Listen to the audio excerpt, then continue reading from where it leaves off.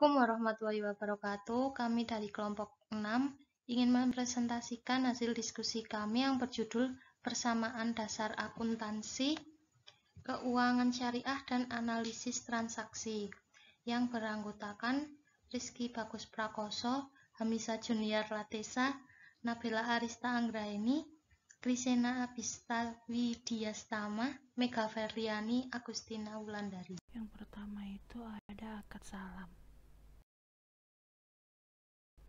Akad salam adalah salam dapat didefinisikan sebagai transaksi atau akad jual beli di mana barang yang diperjualbelikan belum ada ketika transaksi dilakukan di kemudian hari. PSAK 103 mendefinisikan salam sebagai akad jual beli barang pesanan dengan pengiriman di kemudian hari oleh penjual dan pelunasannya dilakukan oleh pembeli pada saat akad disepakati sesuai dengan syarat-syarat tertentu. Selanjutnya ada jenis akad salam. Yang pertama salam. Salam adalah transaksi jual beli di mana barang yang diperjualbelikan belum ada ketika transaksi dilakukan. Pembeli melakukan pembayaran di muka sedangkan penyerahan barang dilakukan di kemudian hari.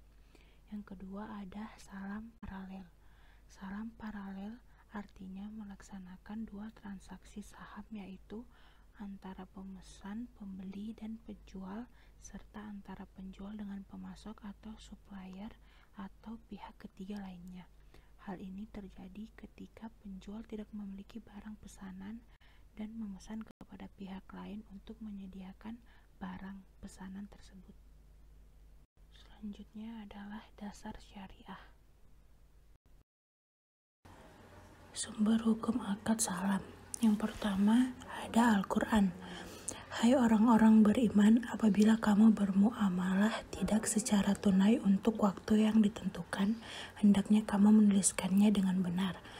Quran Surat 2.2282. Yang selanjutnya ada hai orang-orang yang beriman, penuhilah akad-akad itu. Quran Surat 5.21. Yang kedua ada Al-Hadis.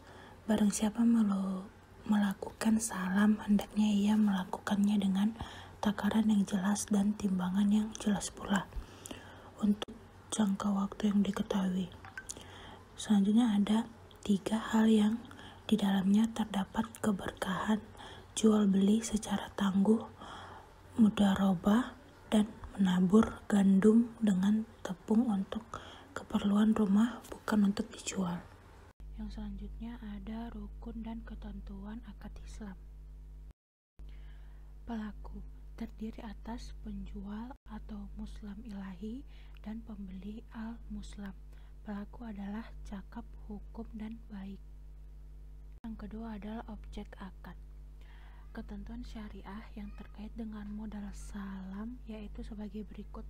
Yang pertama, modal salam harus diketahui jenis dan jumlahnya. Yang kedua, modal salam berbentuk uang tunai. Para ulama berbeda pendapat masalah bolehnya pembayaran dalam bentuk aset perdagangan. Beberapa ulama menganggapnya boleh. Yang ketiga, modal salam diserahkan ketika akad berlangsung, tidak boleh utang atau merupakan pelunasan piutang. Hal ini adalah untuk mencegah praktik riba atau mekanisme salam. Yang kedua, ketentuan syariah barang salam yaitu sebagai berikut. Yang pertama, barang tersebut harus dapat dibedakan atau diidentifikasi, mempunyai spesifikasi dan karakteristik yang jelas seperti kualitas, jenis, ukuran, dan lain sebagainya sehingga tidak ada gharar. Misalnya jenis IR salak pondoh berukuran sedang, jeruk medan berukuran sedang, dan seterusnya. Yang kedua, ada barang tersebut harus dapat dikuantifikasi, ditakar atau ditimbang. Yang ketiga, waktu penyerahan barang harus jelas, tidak harus tanggal tertentu, boleh juga dalam kurun waktu yang tertentu. Yang keempat, barang tidak harus ada di tangan penjual tetapi harus ada pada waktu yang ditentukan.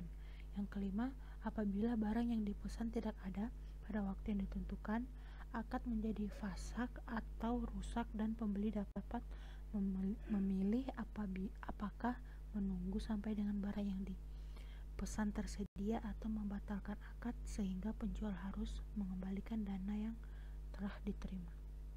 Yang selanjutnya ada ijab qabul.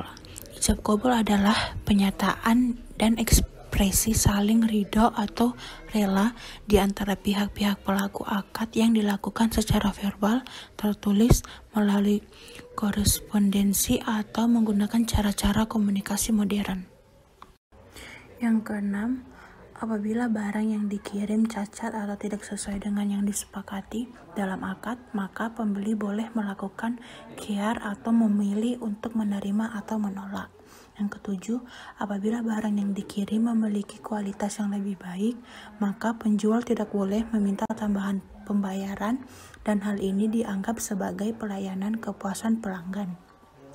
Yang kedelapan, apabila barang yang dikirim kualitasnya lebih rendah, pembeli boleh memilih menolak atau menerimanya. Apabila pembeli menerima, maka pembeli tidak boleh meminta pengurangan harga.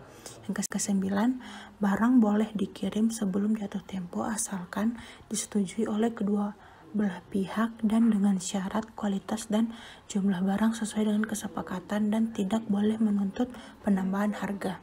Yang ke-10, penjualan kembali barang yang dipesan sebelum diterima tidak diperbolehkan secara syariah. Hakim bin Hiyam berkata, "Wahai Rasulullah, sesungguhnya aku membeli barang dagangan apakah yang halal dan apa pula yang haram daripadanya untukku." Rasulullah bersabda, "Jika kamu telah membeli sesuatu, maka janganlah kau jual sebelum ada di tanganmu." Yang ke-11, kaidah penggantian barang yang dipesan dengan barang lain.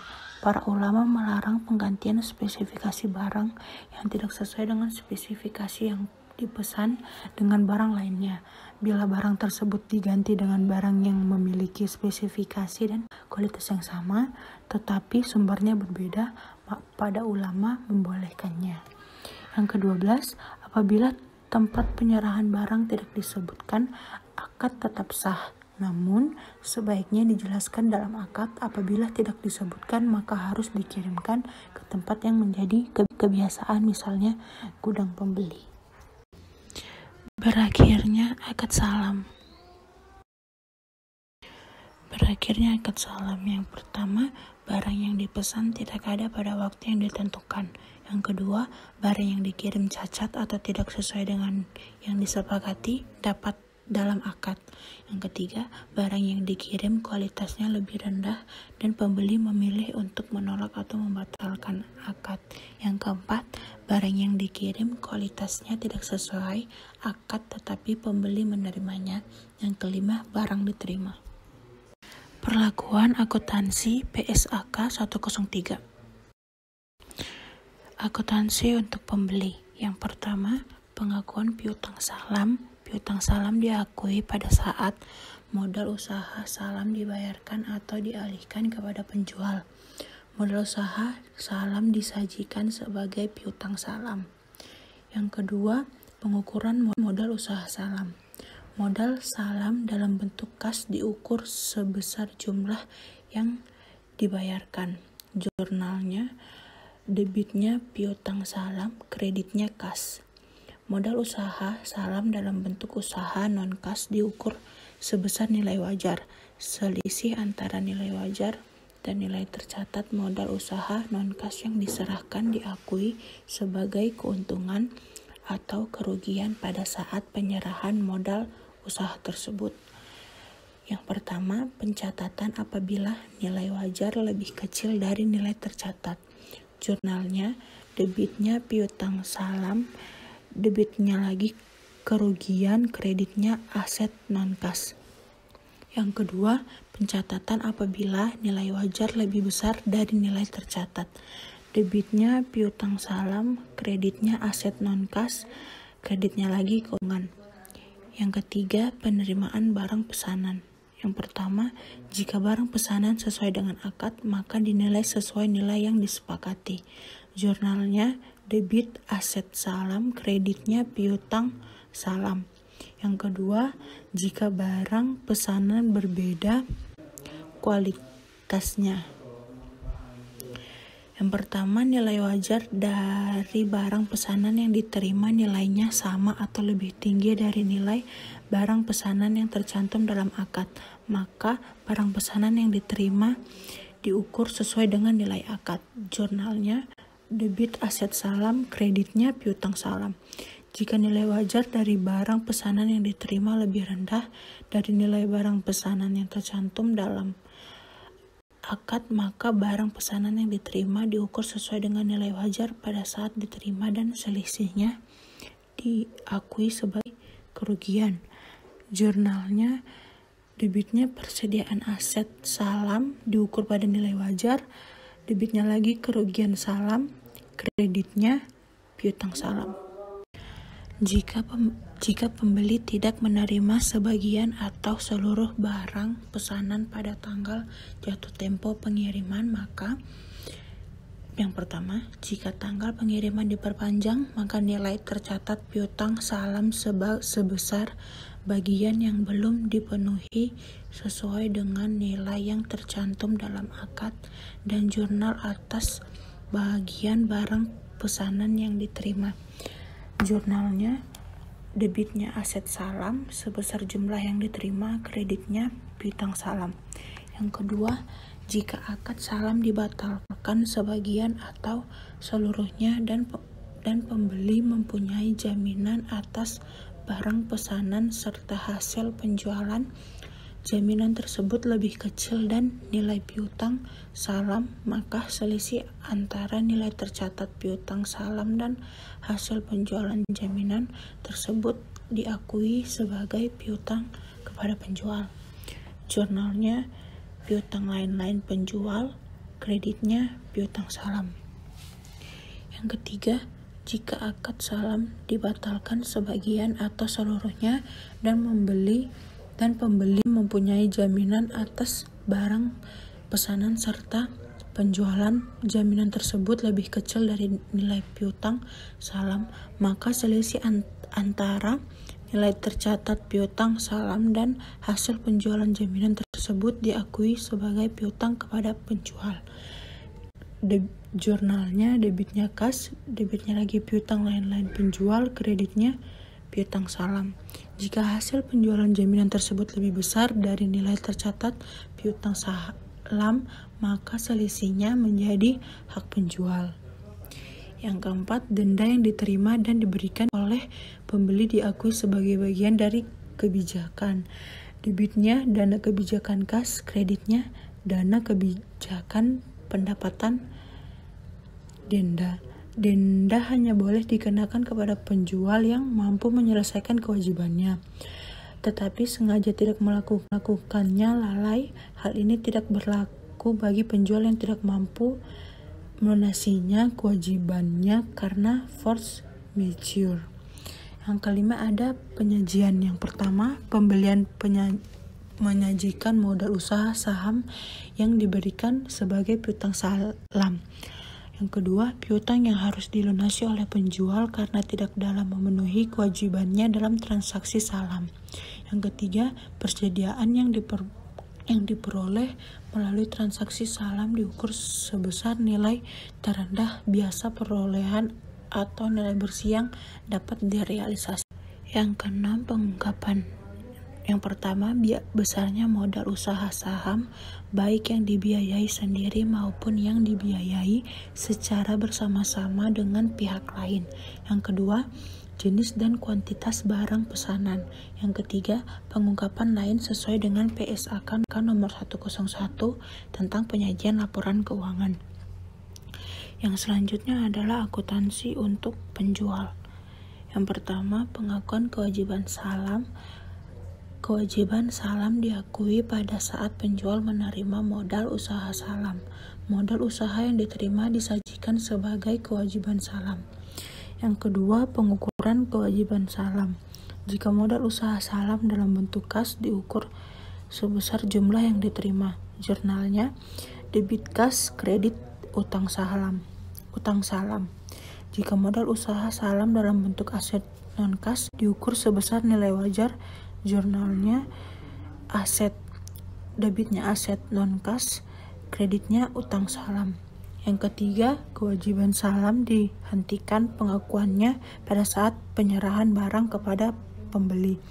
Jurnalnya, debitnya utang salam, kreditnya penjualan. Yang keempat, jika penjualan melakukan transaksi salam paralel, selisih antara jumlah yang dibayar oleh pembeli akhir dan biaya perolehan barang pesanan diakui sebagai keuntungan atau kerugian pada saat penyerahan barang pesanan oleh penjual ke pembeli akhir. Jurnalnya adalah debitnya aset salam, kreditnya kas. Pencatatan ketika menyerahkan persediaan jika jumlah yang dibayar oleh pembeli akhir lebih kecil dari biaya perolehan barang pesanan, debitnya utang salam, debitnya kerugian salam, kreditnya aset salam.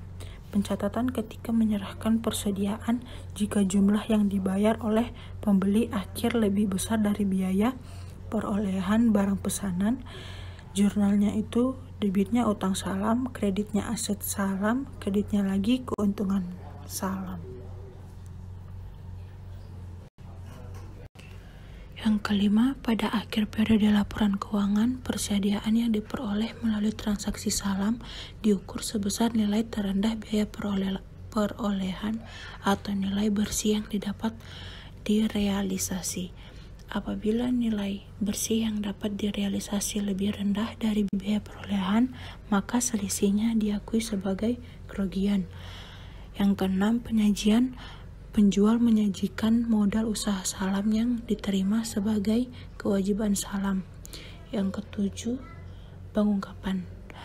Piutang salam kepada produsen dalam salam paralel yang memiliki hubungan istimewa.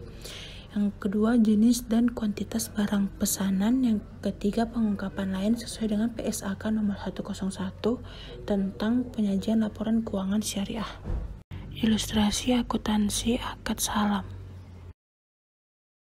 Contoh soalnya itu seperti ini. Jadi 1 Januari 2013 pembeli memberikan modal salam kepada penjual senilai 100.000 secara tunai. Pengirimannya itu akan dilakukan setelah tanggal 31 Maret 2013 atau pada masa panen. Jadi jurnalnya itu kas didebit 100.000, kreditnya utang salam 100.000. Untuk yang pembeli debitnya piutang salam 100.000 dan kasnya 100.000. Dan yang soal berikutnya, 31 Maret 2013, barang yang dikirim tidak sesuai akad. Jika pembeli menerima nilainya lebih tinggi dari nilai akad salam, asumsi nilai barangnya 120.000. Nilainya lebih rendah dari nilai akad salam, asumsi nilai barangnya 95.000. Atau jika dilakukan salam paralel dengan membeli aset salam dengan harga 95.000, jurnal pembelian aset salam, jurnal penyerahan aset salam ke pembeli. Jadi untuk yang penjualnya itu debitnya utang salam 100.000 dan kreditnya penjualan 100.000. Untuk yang pembeli debitnya aset salam 100.000, kreditnya piutang salam 100.000. Untuk yang jika dilakukan salam paralel dengan membeli aset salam dengan harga 95.000 itu debitnya aset salam 95.000, kreditnya kas 95.000. Untuk pembeli aset salam 95.000, kerugiannya 5.000 dan kreditnya piutang salam 100.000. Jurnal yang kedua, debitnya utang salam 100.000, kreditnya aset salam 95.000, keuntungan salamnya adalah 5.000.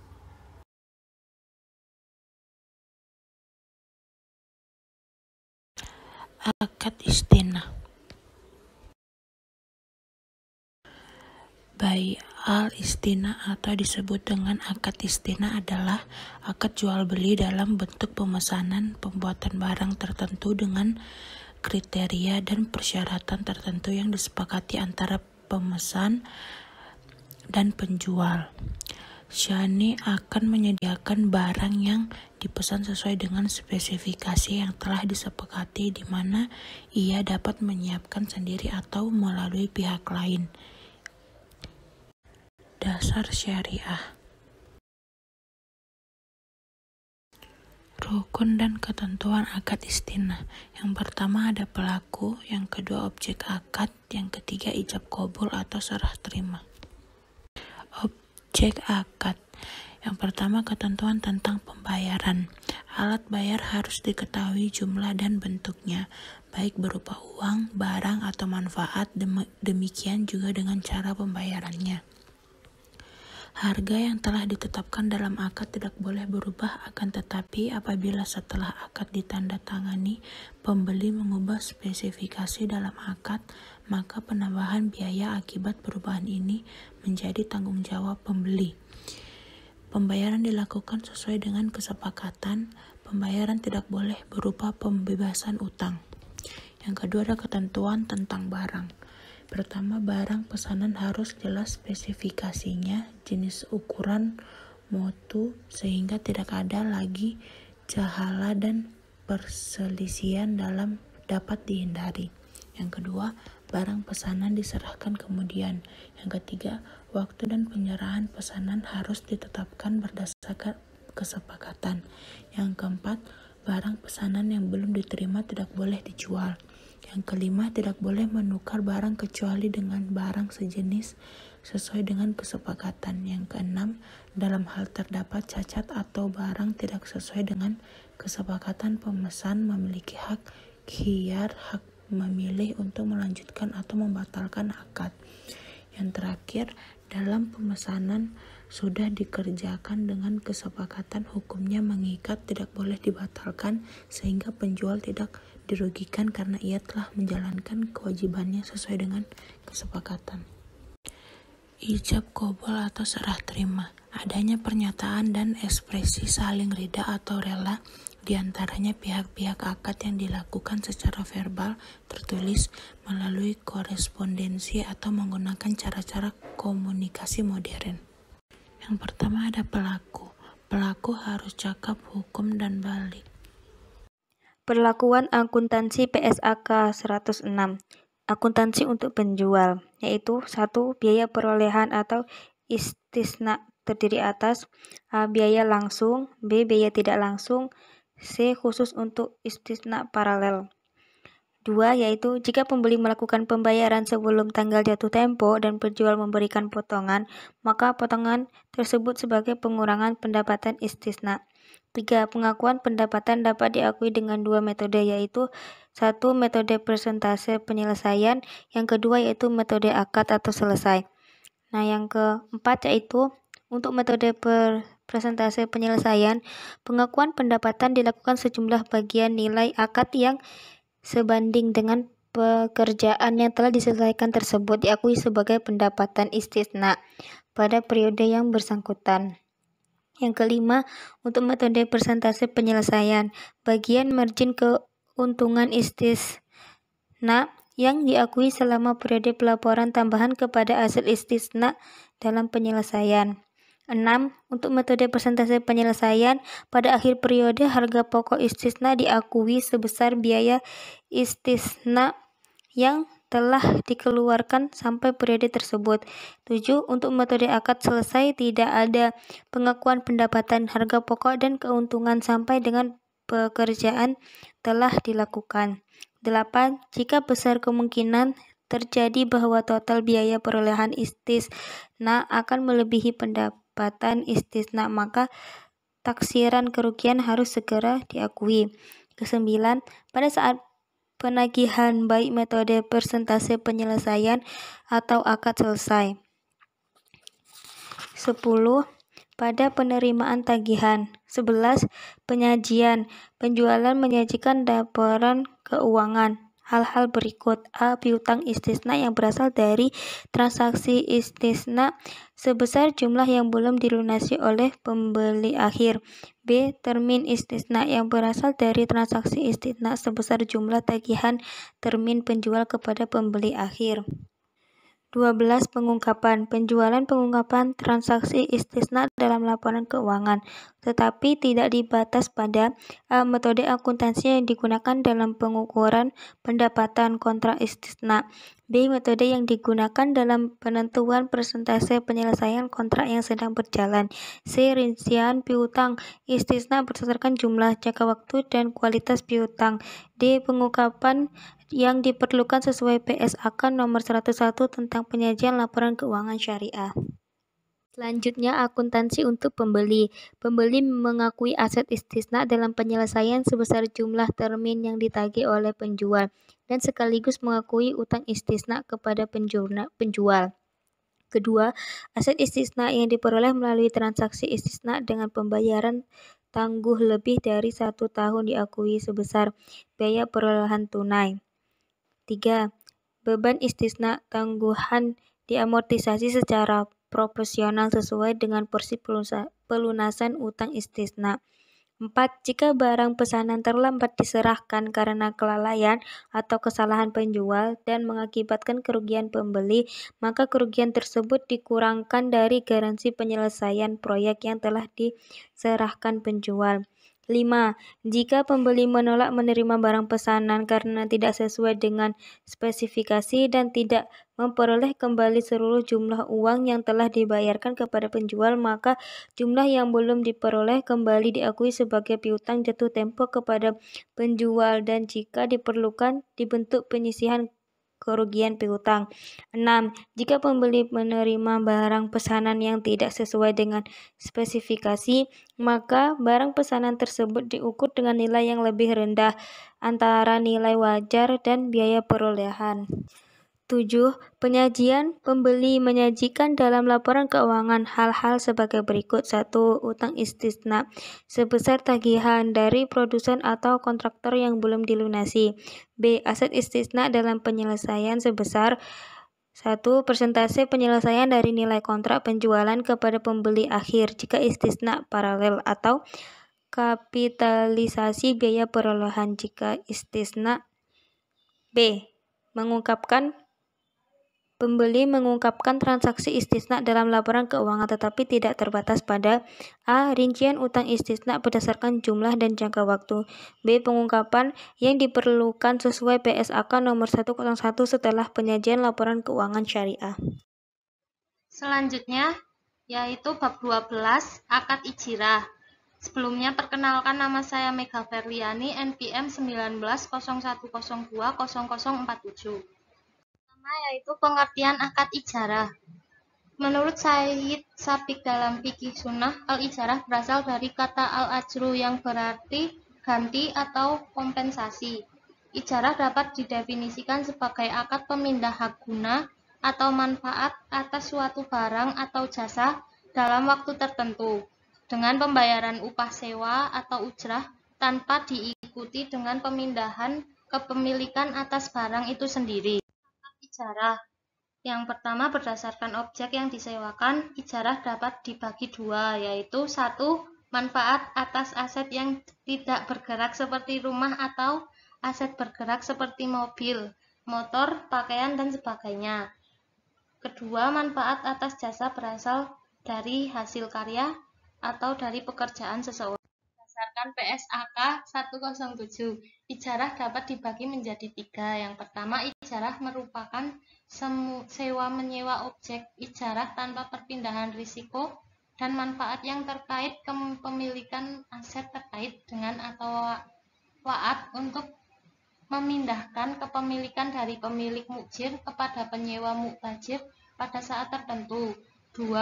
Ijarah mutahiyah bin tamlik adalah ijarah dengan wa'ad perpindahan kepemilikan aset yang diijarahkan pada saat tertentu. Yang ketiga, penjualan secara bertahap sesuai dengan wa'ad atau janji pemberi sewa. Syariah. Yang pertama, sumber hukum akad ijarah. 1. Al-Quran. Sebagaimana firman Allah, salah satu dari kedua wanita itu berkata, "Wahai ayahku, apabila ia sebagai orang yang bekerja pada kita, sesungguhnya orang yang paling baik untuk bekerja pada kita adalah orang yang kuat lagi dapat dipercaya." Yang kedua as-sunnah. Diriwayatkan dari Ibnu Abbas bahwa Rasulullah SAW bersabda, berkemahlah kamu, kemudian berikanlah olehmu upahnya kepada tukang bekam itu. Rukun dan ketentuan syariah ijarah. Rukun ijarah ada 3 macam, yaitu pertama, pelaku yang terdiri atas pemberi sewa atau pemberi jasa, atau mukjir, dan penyewa atau pengguna jasa, atau muktajir. Yang kedua, objek akad ijarah berupa manfaat aset atau makjur dan pembayaran sewa atau manfaat jasa dan pembayaran upah. Yang ketiga, ijab kabul atau serah terima. Akad ijarah. Suatu periode akad sudah selesai sesuai perjanjian, namun kontrak masih dapat berlaku walaupun dalam perjanjian sudah selesai dengan beberapa alasan, misalnya keterlambatan masa panen. Jika menyewakan lahan untuk pertanian, maka dimungkinkan berakhirnya akad setelah panen selesai. 2. Periode akad belum selesai tetapi pemberi sewa dan penyewa sepakat menghentikan akad ijarah. 3. Terjadi kerusakan aset. 4. Penyewa tidak dapat membayar sewa. 5. Salah satu pihak meninggal dan ahli waris tidak berkeinginan untuk meneruskan akad karena pemberkatannya. Kalau ahli waris merasa tidak masalah, maka akad tetap berlangsung. Perbedaan ijarah dengan sewa. Sedikitnya ada 4 aspek yang dapat dicermati, yaitu objek, metode pembayaran, perpindahan kepemilikan, dan jenis sewa. Akuntansi PSAK 107. Akuntansi untuk pemberi sewa mukjir. Yang pertama, biaya perolehan. Untuk objek ijarah, baik aset berwujud maupun tidak berwujud, diakui saat objek ijarah diperoleh sebesar biaya perolehan. Yang kedua, penyusutan.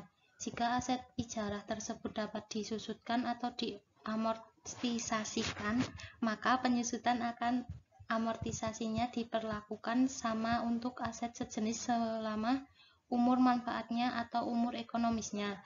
Yang ketiga, pendapatan sewa. Diakui pada saat manfaat atas aset telah diserahkan kepada penyewa pada akhir periode pelaporan. Yang keempat, biaya perbaikan objek ijarah adalah tanggungan pemilik, tetapi pengeluarannya dapat dilakukan oleh pemilik secara langsung atau dilakukan oleh penyewa atas persetujuan pemilik. Yang kelima, perpindahan kepemilikan objek ijarah.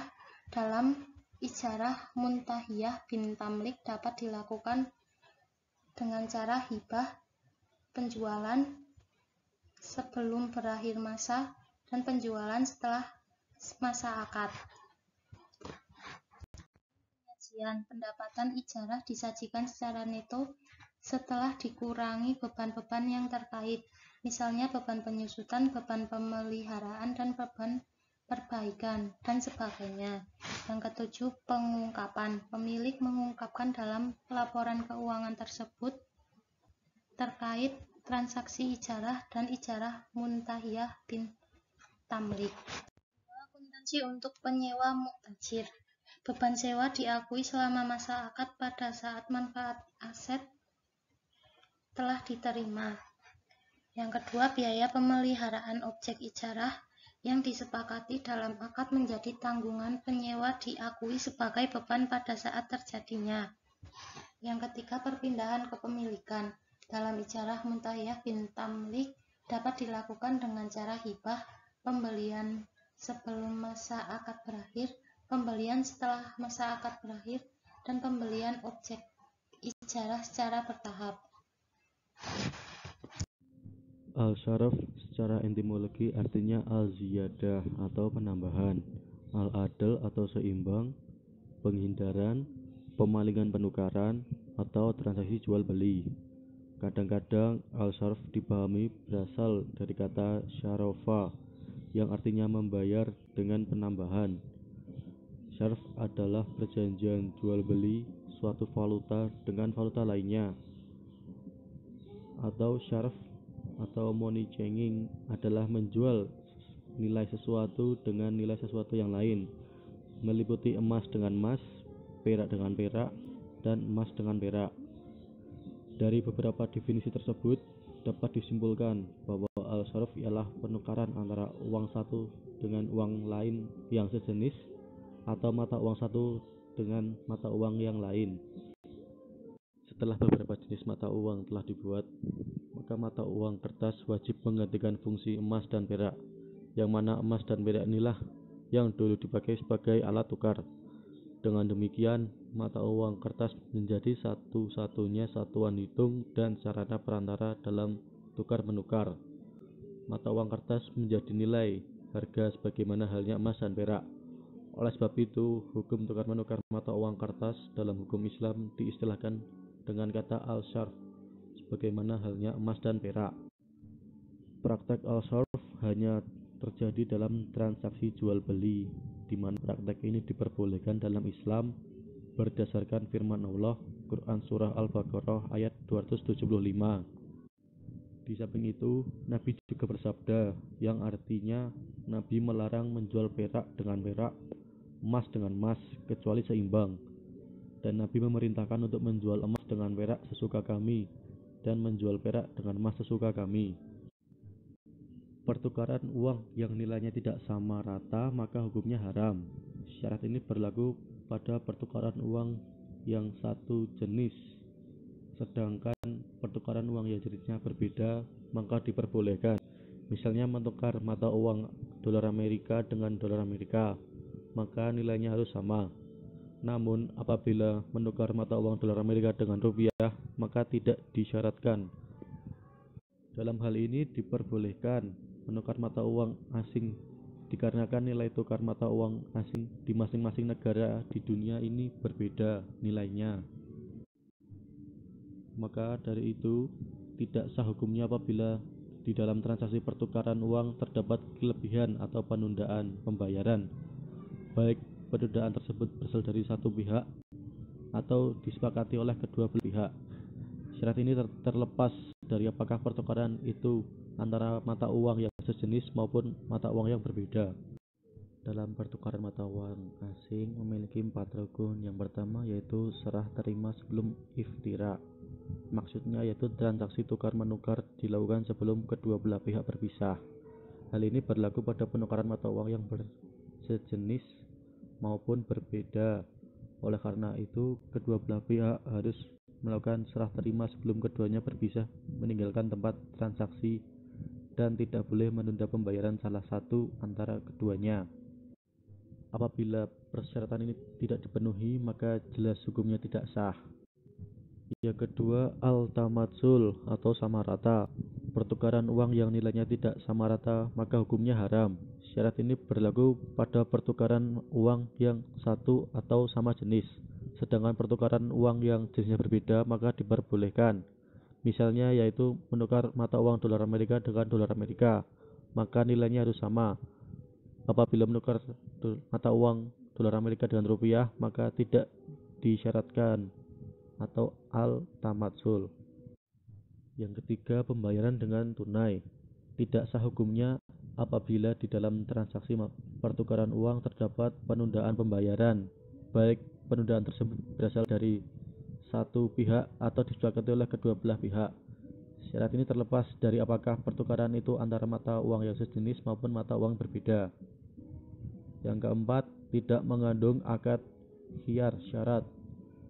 Apabila terdapat khiyar syarat pada akad al-sarf, baik syarat tersebut dari sebelah pihak maupun kedua belah pihak, maka menurut jamhur ulama hukumnya tidak sah. Sebab salah satu syarat sah transaksi adalah serah terima, sementara khiyar syarat menjadi kendala untuk kepemilikan sempurna. Hal ini tentunya dapat mengurangi makna kesempurnaan serah terima. Wadi'ah berasal dari wada'ashi syai'a, yang artinya meninggalkan atau menitipkan sesuatu pada orang lain yang sanggup menjaga sebagai titipan murni dari satu pihak ke pihak lain, baik individu maupun badan hukum yang harus menjaga dan dikembalikan kapan saja si penitip menghendakinya. Al-wadi'ah dalam segi bahasa dapat diartikan sebagai meninggalkan atau meletakkan sesuatu pada orang lain untuk dipelihara dan dijaga. Menurut PSAK 59, wadiah adalah titipan nasabah yang harus dijaga dan dikembalikan setiap saat apabila nasabah bersangkutan menghendaki bank bertanggung jawab atas pengembalian titipan. Terdapat dua jenis wadiah. Yang pertama, wadiah yad amanah, yaitu barang yang dititipkan sama sekali tidak boleh digunakan oleh pihak yang menerima titipan, sehingga dengan demikian yang menerima titipan tidak bertanggung jawab terhadap risiko yang menimpa barang yang dititipkan. Penerima titipan hanya punya kewajiban mengembalikan barang yang dititipkan pada saat diminta oleh pihak yang menitipkan secara apa adanya. Yang kedua, wadiah yad damanah, yaitu titipan terhadap barang yang dapat dipergunakan atau dimanfaatkan oleh penerima titipan, sehingga pihak penerima titipan bertanggung jawab terhadap risiko yang menimpa barang sebagai akibat dari penggunaan atas suatu barang, seperti risiko kerusakan dan sebagainya. Tentu saja, penerima titipan wajib mengembalikan barang yang dititipkan pada saat diminta oleh pihak yang menitipkannya. Landasan syariah dan ketentuan tentang sertifikat wadiah Bank Indonesia diatur dalam Fatwa Dewan Syariah Nasional tentang sertifikat wadiah Bank Indonesia tanggal 23 Oktober tahun 2002, di mana dalam fatwa tersebut sebagai landasan syariah adalah sebagai berikut. Yang pertama, landasan hukum dari Al-Quran. Firman Allah SWT, Quran Surah An-Nisa ayat 58, yang mempunyai arti sesungguhnya Allah menyuruh kamu menyampaikan amanat kepada yang berhak menerimanya dan menyuruh kamu apabila menetapkan hukum di antara manusia supaya kamu menetapkan dengan adil. Sesungguhnya Allah memberi pengajaran yang sebaik-baiknya kepadamu. Sesungguhnya Allah adalah Maha mendengar lagi Maha melihat. Selanjutnya, hukum menerima benda titipan, yaitu hukum menerima benda titipan ada 4 macam. Yang pertama, sunat, haram, wajib, dan makruh.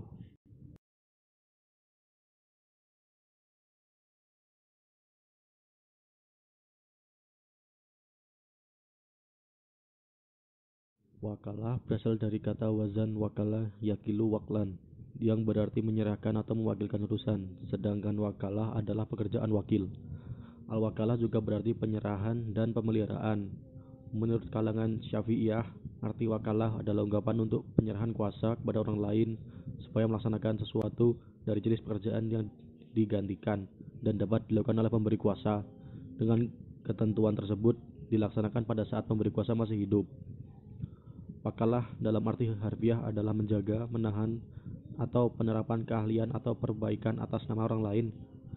Dari sini kata tawakal diturunkan, yang berarti menunjukkan seseorang untuk mengambil alih atas sesuatu hal, juga untuk mendelegasikan tugas ataupun ke orang lain.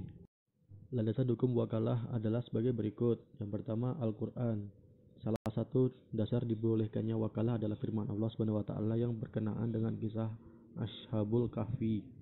Yang kedua, sunnah, dan yang ketiga, ijma. Para ulama berpendapat dengan ijma atas dibolehkannya wakalah.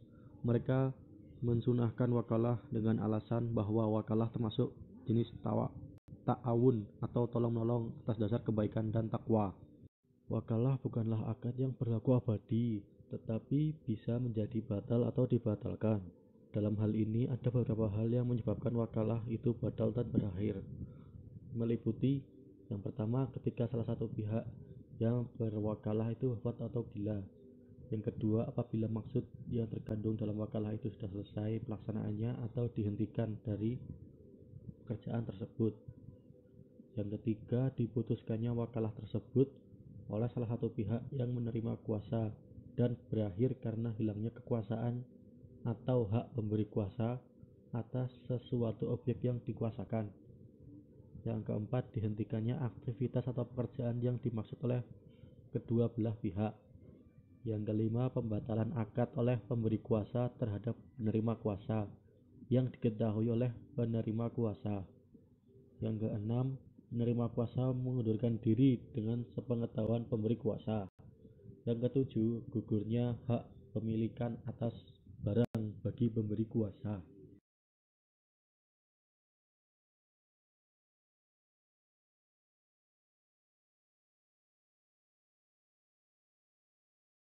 Selanjutnya, akad al-kafalah. Sebelumnya, perkenalkan saya Hamisa Junior Latesa, NPM 1901020022.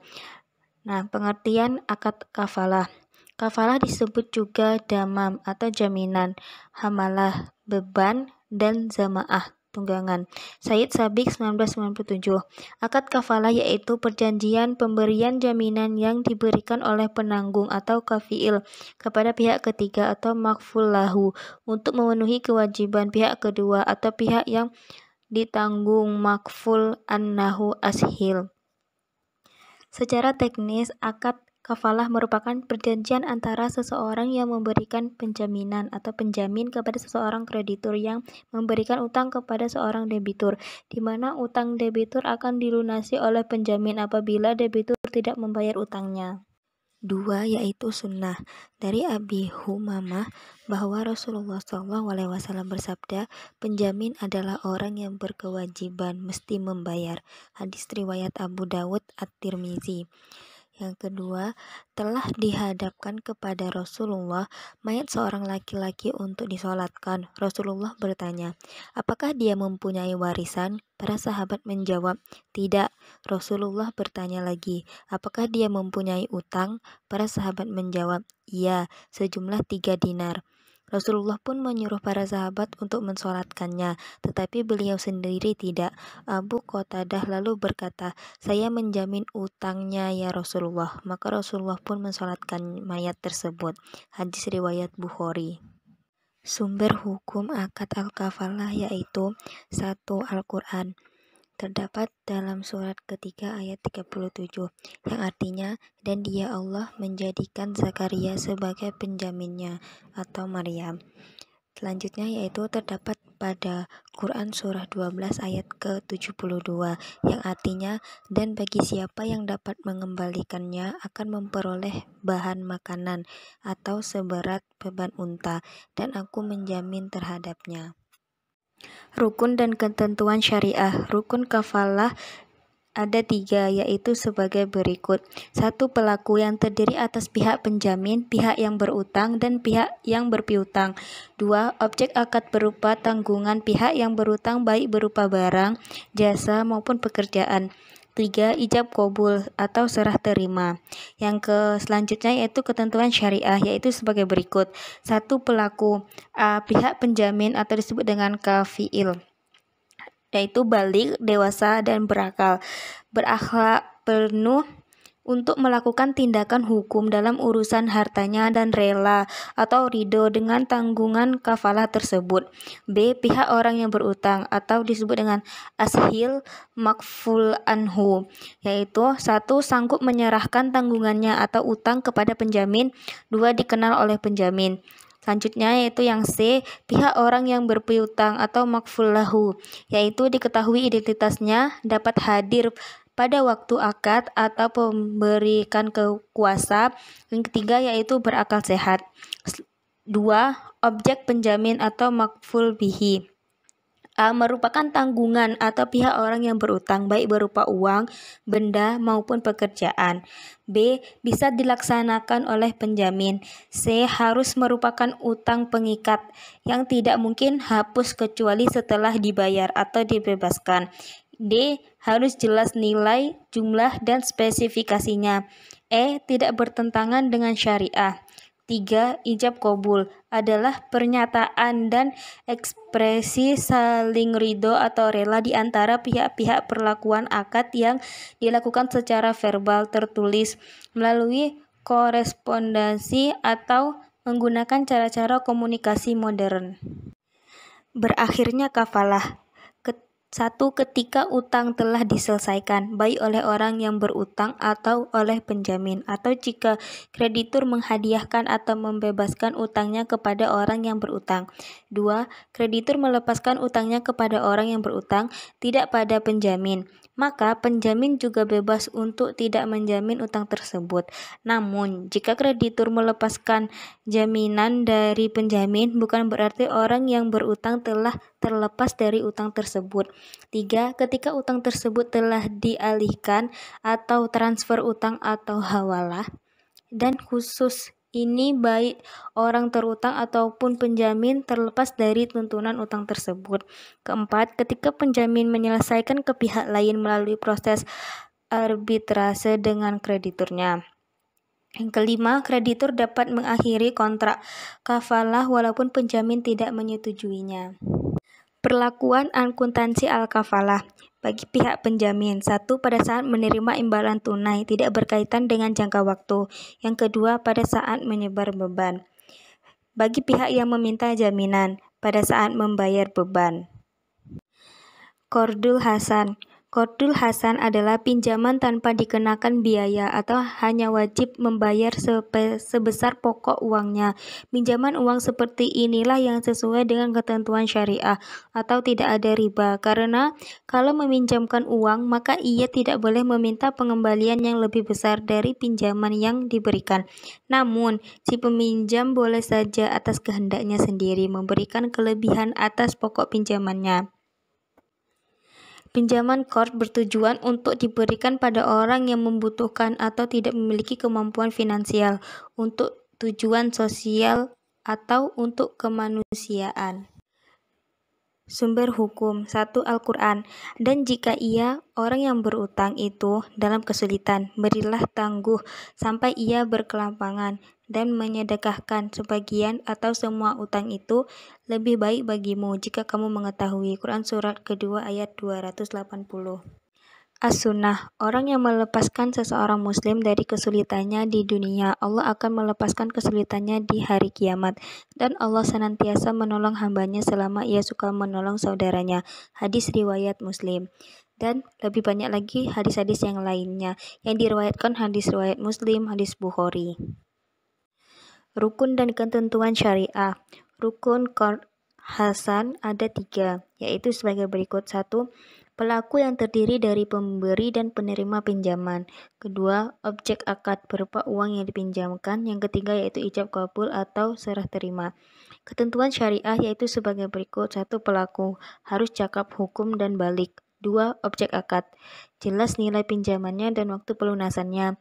Pinjaman diwajibkan membayar pokok pinjaman pada waktu yang telah disepakati. Tidak boleh diperjanjikan akan ada penambahan atas pokok pinjamannya.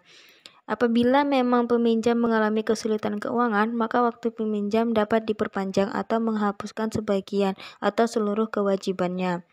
Ijab kabul adalah pernyataan dan ekspresi saling ridho atau rela di antara pihak-pihak pelaku akad yang dilakukan secara verbal, tertulis, melalui korespondensi atau menggunakan cara-cara komunikasi modern. Perlakuan akuntansi qard hasan bagi peminjam. 1. Saat menerima dana sumbangan dari pihak eksternal. 2. Untuk penerimaan dana yang berasal dari denda dan pendapatan non-halal. 3. Untuk pengeluaran dalam rangka mengalokasikan dana qard hasan. 4. Untuk penerimaan saat pengembalian dari pinjaman untuk qard hasan. Selanjutnya, bagi pihak yang meminjam. 1. Saat menerima uang pinjaman. 2. Saat pelunasan. Akad al-hiwalah atau hawalah atau pengalihan.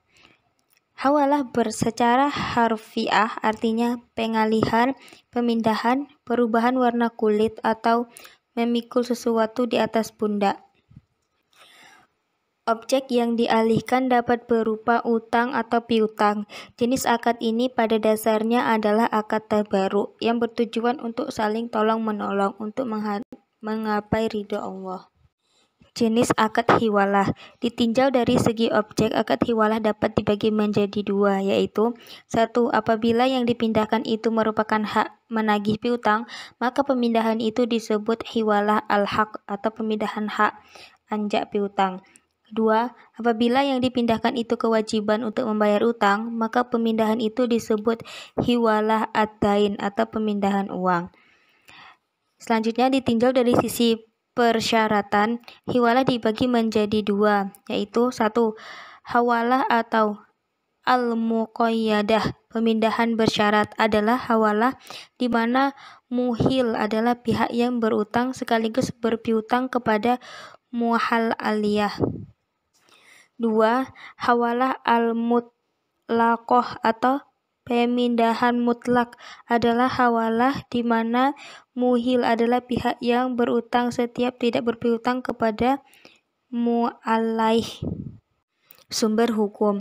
Dasar hukum hiwalah adalah hadis Nabi Muhammad SAW sebagai berikut, yaitu menunda pembayaran bagi orang yang mampu adalah kezaliman, dan jika salah seorang kamu dialihkan atau dihiwalahkan kepada orang yang kaya yang mampu, maka turutlah atau menerima pengalihan tersebut. Hadis riwayat Bukhari Muslim. Selanjutnya, rukun dan ketentuan syariah. Rukun hiwalah ada 3, yaitu pelaku, 2 objek akad, ketiga ijab qabul atau serah terima. Ketentuan syariah yaitu sebagai berikut: 1 pelaku, 2 objek penjamin atau makful bihi, yang ketiga yaitu ijab qabul.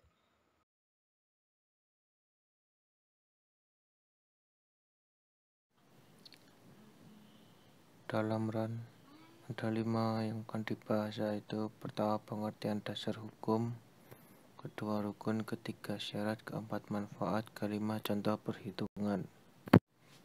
Pengertian dan dasar hukum. Akad RAN sendiri diperbolehkan oleh syara dengan berbagai dalil yang terdapat dalam Al-Quran dan hadis Nabi SAW. Dalil di dalam Al-Quran yaitu firman Allah, Surat Al-Baqarah ayat 283. Jika kamu dalam perjalanan, dalam bermualah, tidak secara tunai, sedangkan kamu tidak memperboleh seorang penulis, maka hendaklah ada barang tanggungan yang dipegang oleh yang berpiutang. Akan tapi jika sebagian kamu mempercayai sebagian yang lain, maka hendaklah yang dipercayai itu menunaikan amanatnya atau hutangnya, dan hendaklah ia bertakwa kepada Allah Robnya, dan janganlah kalian para saksi menyembunyikan persaksian, dan siapapun yang menyembunyikannya maka sesungguhnya ia adalah orang yang berdosa hatinya, dan Allah mengetahui apa yang kamu kerjakan.